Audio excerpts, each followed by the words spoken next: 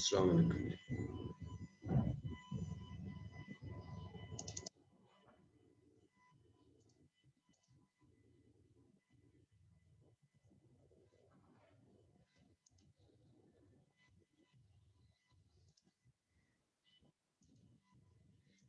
अस्सलाम वालेकुम।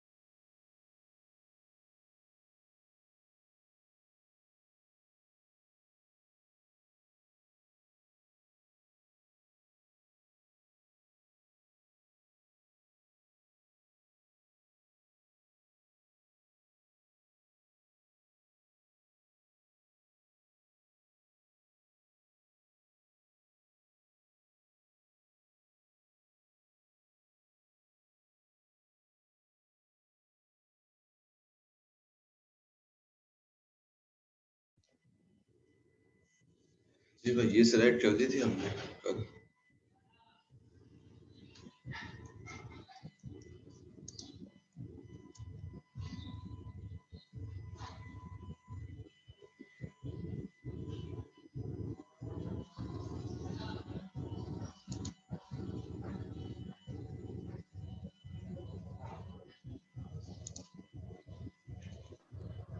ओके, तो वैल्यू वर्सेस यूनिट्स भी देख लिए थे हमने।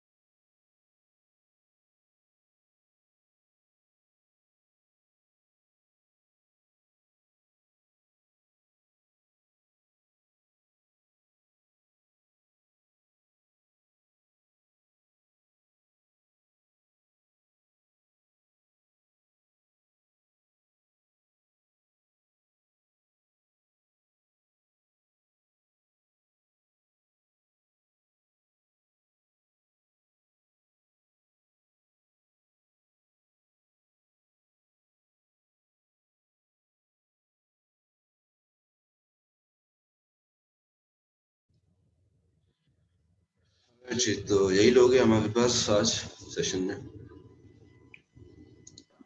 जी सर, अस्सलाम वालेकुम। वालेकुम अस्सलाम।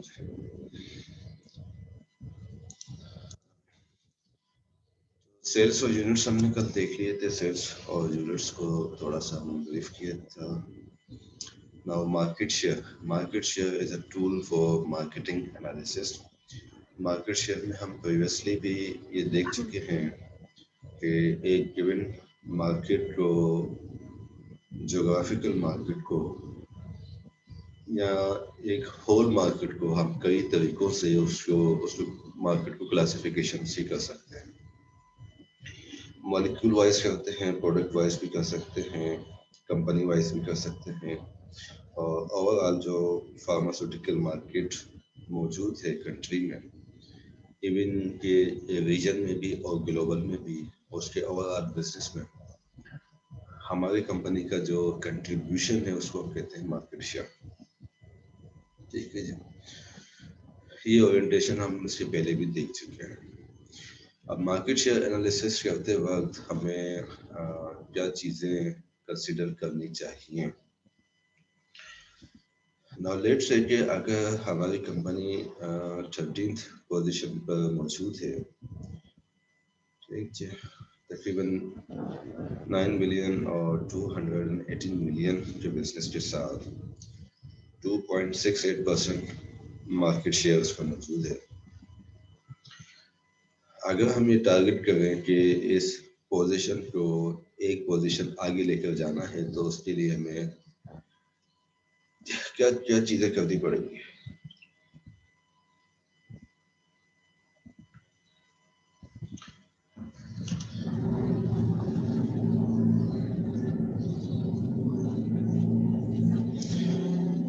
जी, फाइजर को 13th नंबर से आगे ले जाके 12th पोजीशन पे ले जाने के लिए क्या क्या स्टेप्स लिए जा सकते हैं।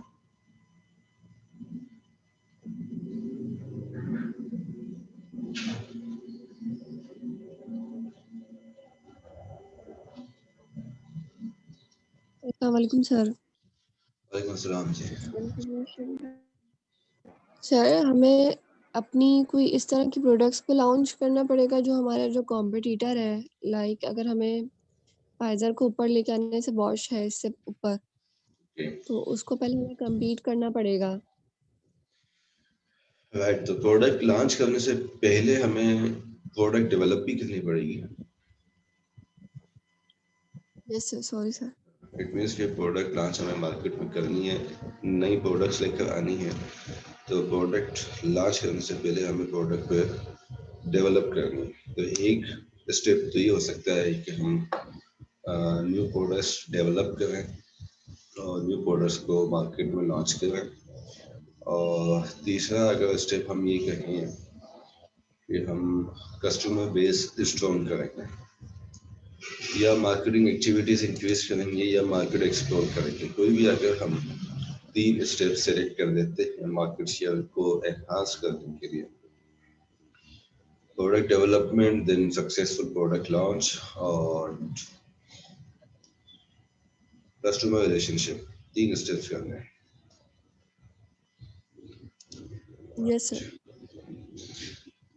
तो ये हमने 3 एक्शंस डिसाइड कर लिए कि ये 3 एक्शंस हो सकते हैं जो कि एक वन रैंकिंग को 1 पोजीशन मूव करने के लिए, हमारी रैंकिंग को 1 पोजीशन अहेड मूव करने के लिए वो 3 एक्शंस होंगी जो हमें रिक्वायर्ड होंगे।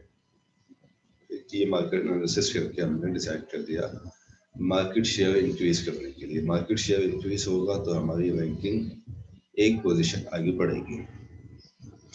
अब ये 3 एक्शंस करने के लिए हमें कौन से फाइनेंशियल रिसोर्सेज चाहिए। एक तो रैंकिंग को आगे बढ़ाने के लिए 1 पोजीशन मूव करने के लिए जो एक्शंस हमें लेने हैं वो हमें डिसाइड करने हैं। देन ये एक्शंस लेने के लिए या 1 पोजीशन एडवांसमेंट के लिए जो फाइनेंशियल रिसोर्सेज हमें चाहिए उनको कंसिडर करना है। लेट्स से कि अगर हम कहते हैं कि हमें न्यू प्रोडक्ट्स डेवलप करनी है, तो ऑब्वियसली उस प्रोडक्ट्स के डेवलप करने में जो फाइनेंशियल रिसोर्सेज चाहिए, ह्यूमन रिसोर्सेज चाहिए, जो दूसरे एसेट्स चाहिए, स्किल्स चाहिए, एक्सपर्टीज चाहिए, वो सारी हमें कंसिडर करनी है। ठीक है, और कितना टाइम हमें रिक्वायर्ड होगा 1 पोजीशन पे रैंकिंग को आगे ले जाने के लिए। 3 चीजें हो गई। एक्शंस डिसाइड करने हैं, देन उनके लिए फाइनेंशियल रिसोर्सेज क्या चाहिए और कितने टाइम पे हमने ये पोजीशन आगे ले जानी है। जैसे कि अगर हम 13 पे हैं और 12 पे हम जाना चाहें, तो ये कितना डिफरेंस बनता है, ऑलमोस्ट 400 मिलियन रुपीस का डिफरेंस बनता है। ठीक जी, ऑलमोस्ट 400 मिलियन रुपीस का डिफरेंस बनता है। इट मीन्स कि 400 मिलियन रुपीस का हमें बिजनेस ज्यादा गेन करना है, तब हम इसको 12th पोजीशन वाले को बीट करेंगे। ठीक है, और 12th पोजीशन पे हम अपनी रैंकिंग को एक पोजीशन एडवांस कर लेंगे। इस 400 मिलियन बिजनेस के लिए हमें इन्वेस्टमेंट चाहिए और ये कितने टाइम पे हम करेंगे, ये 1 साल में हमने कर देना है। अगर हमने प्रोडक्ट डेवलपमेंट और प्रोडक्ट लॉन्च की स्ट्रेटजी बनाई है तो ऑब्वियसली ये 1 साल के अंदर तो नहीं हो सकी, तो ये एटलीस्ट 3 इयर्स तक जाएगी अगर मॉलिक्यूल भी नया होगा। मॉलिक्यूल नया है, नया होगा तो ये 10+ इयर्स तक बात चली जाएगी और मॉलिक्यूल्स ऑलरेडी मार्केट में एग्जिस्ट करते हैं, मौजूद हैं, और हम उनकी जेनरिक एंट्री करवाएंगे मार्केट में। हाँ, देन ये काम जल्दी हो सकता है, अदरवाइज एक लेंथी प्रोसीजर है प्रोडक्ट्स डेवलप करना, देन उनको क्लिनिकल ट्रायल से गुजारना और फिर उनको लॉन्च करना। तो बहरहाल जो भी 2 या 3 जो भी एक्शंस हमें डिसाइड करने हैं कि क्या एक्शंस हमें लेने होंगे, देन उनके लिए क्या रिसोर्सेस हमें चाहिए होंगी और कितने टाइम पे हमने वो पोजीशन आगे लेकर जानी है। देन हमारे की सक्सेस फैक्टर्स, हमारी कंपनी के वो कौन से की सक्सेस फैक्टर्स हैं जो हमारी रैंकिंग को 1 पोजीशन एडवांस करने के लिए हमें चाहिए होंगे।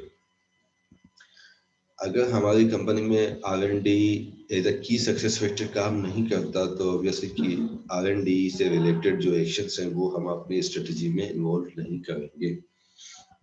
अगर की सक्सेस फैक्टर हमारा सेल्स फोर्स की स्ट्रेंथ है या सेल्स फोर्स की स्किल्स हैं या कंपनी के रिलेशनशिप हैं विद कस्टमर्स, तो उनके अकॉर्डिंग हम फिर अपने एक्शंस को डिसाइड करेंगे। राइट, तो उनकी सक्सेस फैक्टर्स की फिर हम रैंकिंग करेंगे, जो सबसे टॉप पे की सक्सेस फैक्टर होगा उनको फोकस करके हम चलेंगे ताकि हमारी 1 पोजीशन एडवांस हो सके। अच्छा जी, देन अगर ये एक पोजीशन आगे बढ़ जाती है कंपनी, तो इसके क्या क्या बेनिफिट्स हो सकते हैं?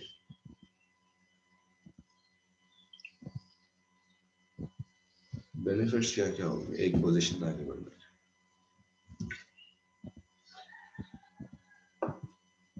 एक तो अगर आगे बढ़ेगी तो ग्रोथ भी बढ़ेगी, ज़ाहिर-सी बात है, और फिर रेवेन्यू भी ज़्यादा जनरेट होगा। ठीक है, ग्रोथ बढ़ेगी, रेवेन्यू ज्यादा जनरेट होगा और और जो मार्केट, कस्टमर से रिलेशनशिप है वो भी बढ़ेगा। ठीक है, मीन्स की जो मार्केट रेपुटेशन है वो इंक्रीज होगी, यस सर। मार्केट में जो ग्रिप है वो मजबूत हो जाएगी।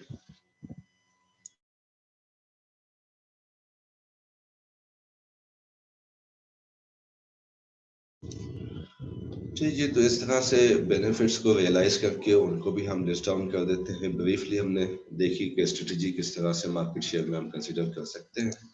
तो एक्शंस हमने डिसाइड करने हैं, फाइनेंशियल रिसोर्सेज मैनेज करनी है, टाइम स्पेसिफाई करना है, की सक्सेस फैक्टर्स अप्रोप्रिएटली हमने यूटिलाइज करने हैं इस टारगेट को अचीव करने के लिए, और हमें बेनिफिट्स पता होने चाहिए कि ये टारगेट जब हम अचीव करेंगे तो उसके बेनिफिट्स हमें क्या मिलने वाले हैं। Okay, ji. Then cost analysis as a tool for marketing audit. Cost analysis systemic evaluation है of all cost which is related to products, activities या different cost centers जैसे कि marketing है, sales है या R&D है। इन सब की जो cost related activities है, cost related evaluation है, उस सबको हम कहते हैं cost analysis। और इसमें 2 टाइप्स की कॉस्ट हमारे पास आती हैं। एक फिक्स्ड कॉस्ट है जो सेम रहती है, वॉल्यूम इंक्रीज होने से फिक्स्ड कॉस्ट इंक्रीज नहीं होती, और एक वेरिएबल कॉस्ट होती है जहाँ पर कि अगर वॉल्यूम इंक्रीज हो जाए एक सर्टेन लिमिट से, अगर वॉल्यूम इंक्रीज हो जाए तो कॉस्ट वेरी कर जाती है प्रोडक्ट की। ठीक है, जैसे फॉर एग्जांपल अगर एक प्रोडक्शन कॉस्ट है, प्रोडक्शन कॉस्ट या ऑपरेशन कॉस्ट पर यूनिट उसकी एक ही रहेगी, चाहे हम 1 मिलियन यूनिट का बेच बनाए या 10 मिलियन यूनिट का बेच बनाए, उतनी ही इलेक्ट्रिसिटी, उतनी ही मशीन्स, उतनी ही ह्यूमन रिसोर्सेज उस पर यूटिलाइज हो रही होगी और पर यूनिट वो डिवाइड होकर उसकी फिक्स्ड कॉस्ट निकल रही होगी। वेरिएबल कॉस्ट जहाँ एक सर्टेन लिमिट क्रॉस होती है और उसका इम्पैक्ट पूरे बेच पर या सारे यूनिट्स पर आ जाता है। फॉर एग्जांपल जैसे कि गवर्नमेंट टैक्स होते हैं कि 50,000 रुपीज से ज़्यादा जहाँ ट्रांजैक्शन होगी तो उस पर एक विद होल्डिंग टैक्स लग जाता है। अब आप 50,000 रुपीज की अगर ट्रांजैक्शन कर रहे हैं किसी बैंक में फॉर एग्जांपल, और वहाँ पर किसी किस्म का विद होल्डिंग टैक्स नहीं है, तो इट मीन्स कि अभी आपको पर 100 रुपीज जीरो कॉस्ट आ रही है उसके ट्रांसफर करने पर। जैसे ही आपने 50,001 रुपीज उसकी ट्रांजैक्शन कर दी तो उस पर 700 प्लस रुपीज का विद होल्डिंग टैक्स लग जाएगा बैंक की तरफ से। इसका मतलब ये हुआ कि अप्रोक्सीमेटली 7 रुपीज आपके 0.7 रुपीज या अप्रोक्सीमेटली कोई इसी की वैल्यू आपकी पर 100 रुपीज के ऊपर उसकी कॉस्ट जो है वेरी कर जाएगी। इसी तरह से 50,000 के बाद जब 700 रुपीज का टैक्स उस पर लगा है, तो वंस अगेन एक सर्टेन लिमिट जब आप इंक्रीज करेंगे तो ये वैल्यू दोबारा से चेंज हो जाएगी। तो इस तरह पर यूनिट के ऊपर वो वेरिएबल कॉस्ट इम्पैक्ट करती रहेगी। Alright, then break even analysis, वो उस एनालिसिस को हम कहते हैं या वो कॉस्ट कहलाती है जहाँ पे हमें मिनिमम क्वांटिटी चाहिए होती है किसी प्रोडक्ट की, जिसको सेल करने के बाद प्रोडक्ट की जो कॉस्ट है वो निकलेगी। वो मिनिमम नंबर है प्रोडक्ट्स का जिसको जब हम सेल कर देंगे तो प्रोडक्ट की कॉस्ट इक्वल हो जाएगी। उस क्वांटिटी के बाद जितनी प्रोडक्ट्स सेल होगी वो फिर हमारा कहलाती है प्रॉफिट एनालिसिस के पॉइंट ऑफ व्यू से। जैसे कि अगर 1 मिलियन डोजेज फॉर्म यूनिट्स हम बना रहे हैं और उनकी जो total cost fixed cost plus variable cost जो है वो 5 मिलियन रुपीज है, ठीक है। तो 1 यूनिट की कॉस्ट या जो प्राइस है, सेलिंग प्राइस, रिटेल प्राइस, वो 30 रुपीज की है, राइट। तो 5 million divided by per unit selling price is equal to 166,000। 1,66,000 units जब हम सेल कर लेंगे 5 मिलियन में से, सॉरी 1 मिलियन में से, 1 मिलियन हम यूनिट बना रहे हैं जिस पर कॉस्ट आ रही है 5 मिलियन रुपीस की, ठीक। 5 million divided by selling price per unit से हमें निकल के आ गया कि 166,000 वो यूनिट्स होंगे जब ये सेल हो जाएंगे। तो इसके बाद जो यूनिट सेल होंगे वो हमारा प्रॉफिट होगा। ये वो यूनिट्स हैं जो कि कम से कम सेल होंगे तब जाके जो ये कॉस्ट है, जो कॉस्ट आई है, ये कॉस्ट प्रोवेल की हमारे 1 मिलियन में से। 1 मिलियन यूनिट बनाने के लिए ये कॉस्ट हमारे पास लग रही है 1 मिलियन यूनिट बनाने के लिए। अब ये वो यूनिट्स होंगे, ये वाले, जब ये यूनिट्स सेल होंगे इतने 1 मिलियन में से, तब हमारी कॉस्ट जो है वो हमें रिकवर हो जाएगी। अब इसके बाद जो चीज सेल होगी वो हमारा प्रॉफिट कहलाएगी, ठीक जी। देन प्रॉफिटेबिलिटी एनालिसिस या कॉस्ट एनालिसिस में दोनों चीजें आ जाती है। एक ओवरऑल एक स्टेटमेंट कंपनी की बनती है, ठीक, कि प्रोडक्ट रिलेटेड एक कंपनी की भी बनती है, इंडिविजुअल प्रोडक्ट की भी बनती है कि एक प्रोडक्ट पर कितनी जो है वो कॉस्ट आई है, डिफरेंट काइंड्स की कितनी उस पर कॉस्ट लगी है। जैसे कि यहाँ तक हमारे पास ऑपरेशनल रिलेटेड कॉस्ट है इसकी सारी, ठीक जी, और ये सारी जो है वो मार्केटिंग और सेल्स रिलेटेड कॉस्ट है उसमें। सेल्स रेवेन्यूज कितना है, 5 मिलियन यूएस डॉलर्स का सेल्स रेवेन्यू है। उसमें से ये कॉस्ट लेस हो गई, हमारी ऑपरेशनल कॉस्ट आई है, ये मार्केटिंग और सेल्स रिलेटेड कॉस्ट आई है, और ये ऑपरेटिंग प्रॉफिट हमारे पास इस पर आया। तो इस तरह से कॉस्ट और प्रॉफिट को हम देख रहे होते हैं कि कॉस्ट किसी प्रोडक्ट पर कितनी लग रही है, प्रॉफिट उसमें से कितना निकल के आ रहा है। प्रॉफिटेबिलिटी एनालिसिस प्रोडक्ट वाइज भी की जाती है। कंपनी के डिफरेंट सेगमेंट, जिन जिन सेगमेंट में कंपनी प्रोडक्ट्स बना रही है उन सेगमेंट वाइज की जाती है। इंडिविजुअल कस्टमर वाइज भी की जा सकती है कि एक कस्टमर को कैप्चर करने के लिए कितनी कॉस्ट लगी और उस कस्टमर से कितना रेवेन्यू जनरेट हुआ हमारी प्रोडक्ट्स के लिए, ठीक है। इसी तरह से जो स्पेशलिटी एरियाज हैं, स्पेशलिटी एरियाज में कस्टमर्स को डिवाइड करके और उन पर भी प्रॉफिटेबिलिटी एनालिसिस किया जाता है। तो प्रॉफिटेबिलिटी एनालिसिस कंपनी पे भी होगा, इंडिविजुअल प्रोडक्ट पे होगा, प्रोडक्ट की सेगमेंट पे भी होगा, थेराप्यूटिक एरियाज में होगा, डोजेज फॉर्म के अकॉर्डिंग क्लासिफिकेशन करके भी होगा, स्ट्रेंथ वाइज भी किया जा सकता है, इंडिविजुअल कस्टमर वाइज भी किया जा सकता है, टेरिटरी वाइज भी होगा, एक सिंगल टेरिटरी के पॉइंट ऑफ व्यू से, ठीक जी, और स्पेशलिटी वाइज भी किया जा सकता है। ओके जी, तो इस प्रॉफिटेबिलिटी एनालिसिस में स्पेशलिटी वाइज जो हमारे पास डेटा मौजूद है, इसमें जीपीस हैं, जनरल प्रैक्टिशनर्स, गायनोकोलॉजिस्ट हैं, ईएनटी स्पेशलिस्ट, गैस्ट्रोएंटेरोलॉजिस्ट हैं और इमरजेंसी डिपार्टमेंट के फिजिशियंस या इमरजेंसी डिपार्टमेंट। राइट जी, तो जीपीस पर चल एक प्लस पॉइंट को अगर हम 1 मिलियन के लें, 1 मिलियन, तो जनरल प्रैक्टिशनर्स पर हमारी मार्केटिंग और अदर कॉस्ट जो लग रही है वो 3 मिलियन है और रेवेन्यू हमारा 4 मिलियन का जनरेट हो रहा है। इट मीन्स ये प्रॉफिट और लॉस में हमारे पास 1 मिलियन का प्रॉफिट है जनरल प्रैक्टिशनर्स के पास। Cost versus revenue, cost to revenue का रेशियो 3:4 है। ठीक जी, 3 मिलियन की कॉस्ट है और 4 मिलियन का हमारे पास रेवेन्यू है और प्रॉफिट और रेवेन्यू के रेशियो में 4 मिलियन के रेवेन्यू पे हमें 1 मिलियन का प्रॉफिट जनरेट हो रहा है जीपी से। राइट जी, गायनेकोलॉजिस्ट की तरफ अगर हम आए तो कॉस्ट उन पे 4 मिलियन की लग रही है, रेवेन्यू 3 मिलियन का जनरेट हो रहा है। प्रॉफिट और लॉस में इट मीन्स कि हम 1 मिलियन का लॉस हमारे पास हो रहा है गायनेकोलॉजी के सेगमेंट में, ऑप्शन गायनी के सेगमेंट। कॉस्ट रेवेन्यू के रेशियो में 4 मिलियन की कॉस्ट है और 3 मिलियन का रेवेन्यू है, विच मीन्स कि प्रॉफिट और रेवेन्यू के रेशियो में 3 मिलियन के रेवेन्यू के आने पे हम 1 मिलियन का लॉस कर रहे हैं प्रॉफिट का। और अच्छी ईएनटी पे कॉस्ट 4 मिलियन की और रेवेन्यू 246 8 मिलियन का, 8 मिलियन का रेवेन्यू। प्रॉफिट और लॉस कितना हो गया जी? 4 मिलियन का हमें प्रॉफिट हो गया।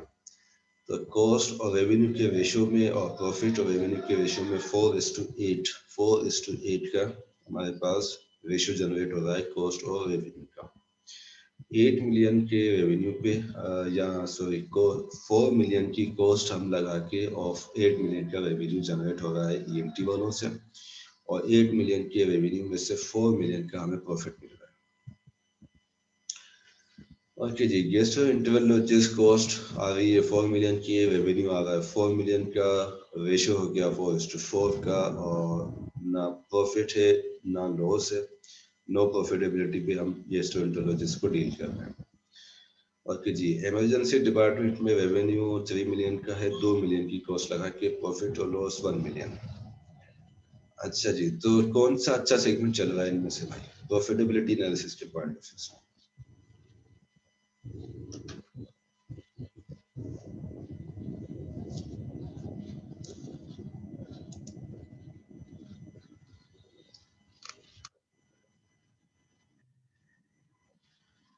जी मरियम, कौन सा सेगमेंट अच्छा है ये? कौन सा स्पेशलिटी एरिया अच्छा है?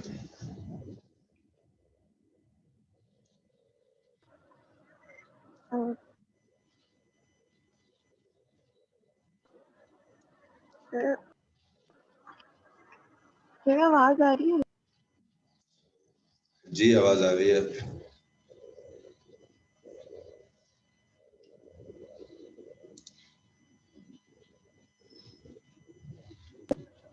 सर आवाज अब आपकी डिस्टर्ब हो गई है।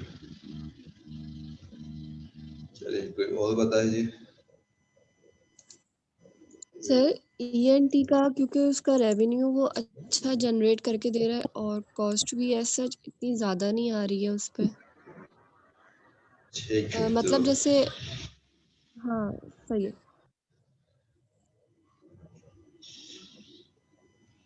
और सर तो प्रॉफिट भी उस पे सही है। राइट, तो ईएनटी पे सबसे अच्छा रेशियो चल रहा है कॉस्ट और रेवेन्यू का। जी, और कौन सा ऐसा एरिया होगा जहां से आप इन्वेस्टमेंट रिमूव करना चाहेंगे? Sir GI. जी है, ओके। अच्छा, और पहले पहले किसको रिमूव करेंगे? गायनी। Gynae sir. गायनिक को रिमूव करेंगे क्योंकि ये लॉस पे चल रहा है ये सेशन हमारा। गायनिक का यस सर। सेक्शन लॉस में जा रहा है। ऑलराइट, और कौन सी ऐसी स्पेशलिटी होगी जिसे इम्प्रूव किया जा सकता है?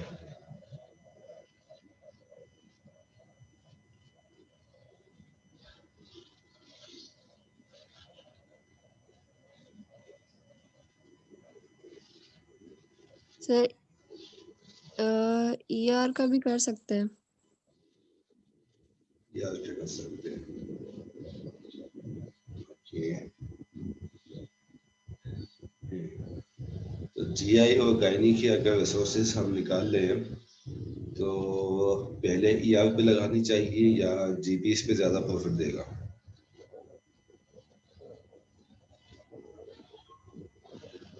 सर जीपी इस पे ज्यादा आ रहा है रेवेन्यू के अकॉर्डिंग, अगर हम देख के चले तो। ओके, 4 प्लस 3, 1 मिलियन का प्रॉफिट, और ईआर में भी 1 मिलियन का प्रॉफिट आ रहा है आउट ऑफ 3, और जेपीएस में भी 1 मिलियन का प्रॉफिट आ रहा है with 4 million revenue and 3 million cost. तो कॉस्ट हमारी ईआर में कम लग रही है जहां हमें 2 मिलियन की कॉस्ट पर 1 मिलियन का प्रॉफिट मिल रहा है, और जीपीस में हमें 3 मिलियन की कॉस्ट पर 1 मिलियन का प्रॉफिट मिल रहा है। इट मीन्स के जीपीस वर्सेस ईआर पे, ईआर में वो जगह है जहां पर जीपीएस के कंपैरिजन में कम कॉस्ट पर ज्यादा प्रॉफिट जनरेट हो सकता है। ऐसा ही है। सर तो अगर देखा जाए तो वहाँ 2/3 और यहाँ 3/4 1 का ही तो दोनों में डिफरेंस आ रहा है। ये देखा ना, ये हम यहाँ पे कॉस्ट कितनी लग रही है? जेपीएस में 3 मिलियन की कॉस्ट है, ठीक है ना? ईआर में 2 मिलियन की कॉस्ट है। तो यस सर। 3 मिलियन की कॉस्ट पे प्रॉफिट कितना आ रहा है? जीपीएस में 1 मिलियन का, और ईआर में भी 1 मिलियन का है। सही है। तो फायदा कहाँ ज्यादा हो गया? सही है सर, ईआर की ईआर में तरफ ज्यादा क्योंकि बेनिफिट कॉस्ट भी कम है। हो। जी। अच्छा जी, देन कंट्रीब्यूशन एनालिसिस, हम ये बात कर चुके हैं कि कंपनी की जो ओवरऑल परफॉर्मेंस है, पार्टिकुलरली रेवेन्यू में और प्रॉफिट में, ज़्यादातर प्रॉफिट में कंपनीज जो रिपोर्ट करती हैं वो रेवेन्यू में रिपोर्ट करती हैं, और लेकिन जो कंपनीज के लिए ज़्यादा चीज़ मैटर करती है वो प्रॉफिट मैटर करती है। दो के समटाइम्स रेवेन्यू भी मैटर करता है मार्केट पोजीशन को एक्वायर करके रखने के लिए। ठीक जी, तो चाहे हम रेवेन्यू की बात करें या चाहे प्रॉफिट की बात करें, कंपनी के एक सेगमेंट में, पूरी कंपनी में वो कौन सा सेगमेंट होगा जो सबसे ज़्यादा रेवेन्यू जनरेट करके दे रहा है, या वो कौन सी प्रोडक्ट होगी जो सबसे ज़्यादा रेवेन्यू जनरेट करके दे रही है। इस तरह से उसका कंट्रीब्यूशन एनालिसिस हम देखते हैं। देन जिस प्रोडक्ट का रेवेन्यू और जिस प्रोडक्ट का प्रॉफिट ज़्यादा बेहतर होता है, उन्हीं प्रोडक्ट्स पर मार्केटिंग इन्वेस्टमेंट की जाती है और मार्केटिंग एक्टिविटीज़ की जाती है। फार्मास्यूटिकल कंपनीज में अमूमन जो टॉप 20 की कंपनीज हैं, इनके पास ऑलमोस्ट कोई 100 प्लस के करीब प्रोडक्ट्स होती हैं। अगर तमाम डोजेज फार्म को एक ही प्रोडक्ट की इंजेक्टेबल्स को, ऑरल्स को मिला दिया जाए और डिफरेंट स्ट्रेंथ्स को मिलाया जाए तो 100 प्लस के करीब प्रोडक्ट्स होती हैं तकरीबन तमाम ही कंपनीज के पास। लेकिन उनमें से हार्डली 20 प्रोडक्ट्स ऐसी होती हैं जिनका के सेल्स प्रमोशन किया जाता है और जिन प्रोडक्ट्स की मार्केटिंग एक्टिविटीज की जाती है। क्या उसका रीजन हो सकता है जी?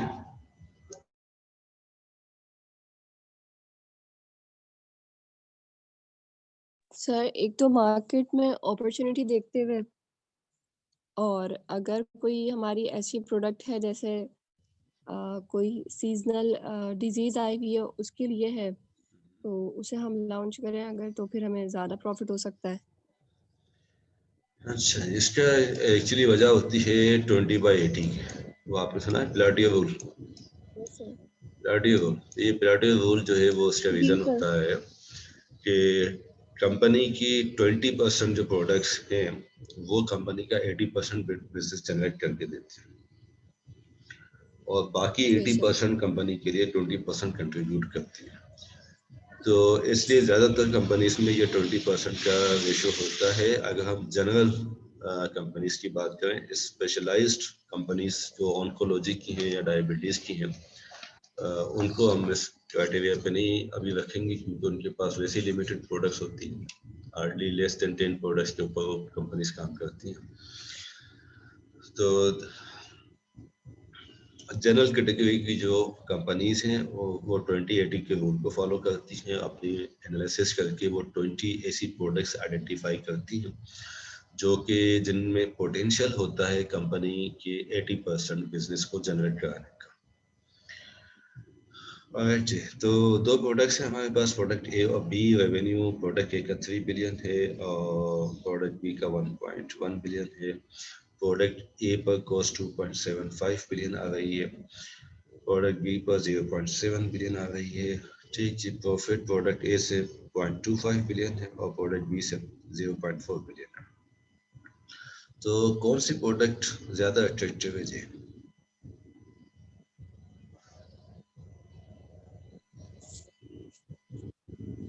सर अगर कॉस्ट के लिहाज से देखें तो प्रोडक्ट ए पे जो है कॉस्ट तो ज़्यादा लग रही है, मगर रेवेन्यू भी वो ज़्यादा जनरेट करके दे रही है। ये और अगर प्रोडक्ट बी की बात करें तो उसका भी क्या कहते हैं वो प्रॉफ़िट भी हमें ज़्यादा जनरेट करके दे रही है, कॉस्ट भी कम है, मगर जो है प्रोडक्ट ए के मुकाबले में रेवेन्यू कम जनरेट कर रही है। ठीक है, तो आप दोनों में से कौन सी प्रोडक्ट अपनी कंपनी में रखना चाहेंगे? सर मुझे यहाँ पे एक बात समझ नहीं आ रही कि अगर हमें प्रोडक्ट चूज़ करनी हो तो हम रेवेन्यू को देखें या फिर प्रॉफ़िट को? जी, ये प्रोडक्ट के कैरेक्टरिस्टिक्स पे डिपेंड करता है, आपकी मार्केट की स्ट्रेटजी पे डिपेंड करता है। ठीक है ना, फॉर एग्जांपल अगर हम जीएसटी की बात करें, जीएसटी की कहाँ था जीएसटी जी,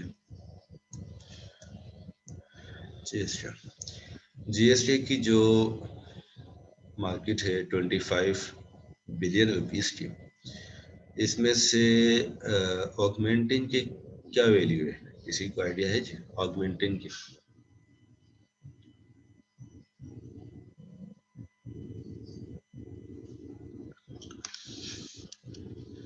जीएसटी की जो 25 बिलियन रुपीस की जो वैल्यू है मार्केट में, इसमें से 2+ बिलियन की सिर्फ एक प्रोडक्ट है जीएसटी की, debt is augmented, 2 billion rupees, right जी।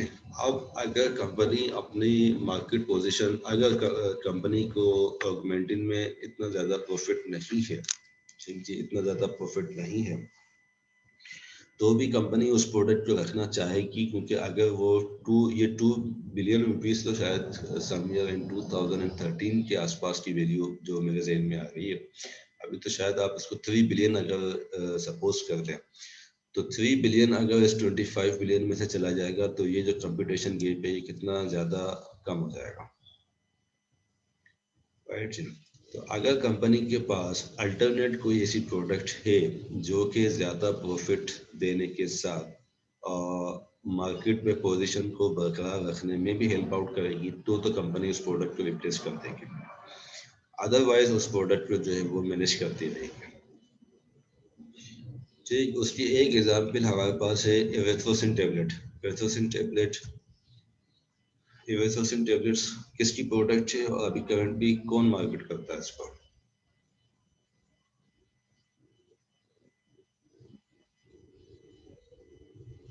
इ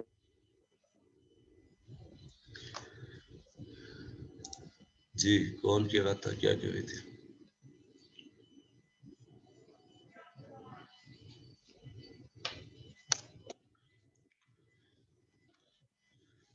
चलें, आप चेक कर लीजिएगा कि वेस्टोसिन टैबलेट्स किसकी प्रोडक्ट है और अभी करंटली इसको कौन मार्केट कर रहा है और क्यों।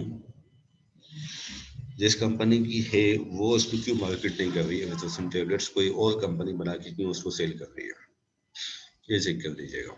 इससे आपको जो है इसका आंसर मिल जाएगा। Okay sir.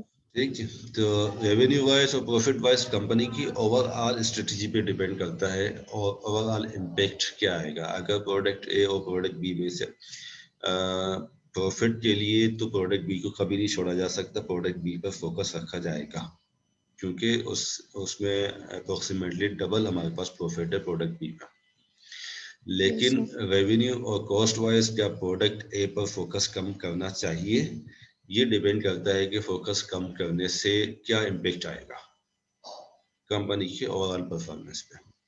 ये उसके अकॉर्डिंग पर डिसाइड किया जाएगा।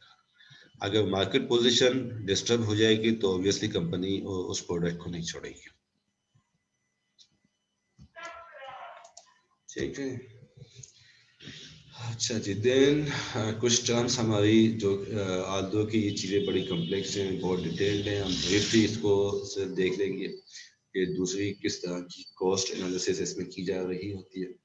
कस्टमर्स की लाइफ टाइम वैल्यू डिटरमाइन की जाती है कि कस्टमर, एक गिवन जो कस्टमर है उससे टोटल रेवेन्यू कितना जनरेट हुआ, और उस कस्टमर को कैप्चर करने के लिए, कैप्चर से भी मीन कि अपनी प्रोडक्ट पर उसको कन्विंस करने के लिए और फिर उस कस्टमर को रिटेन रखने के लिए क्या कितनी कॉस्ट यूटिलाइज हुई है।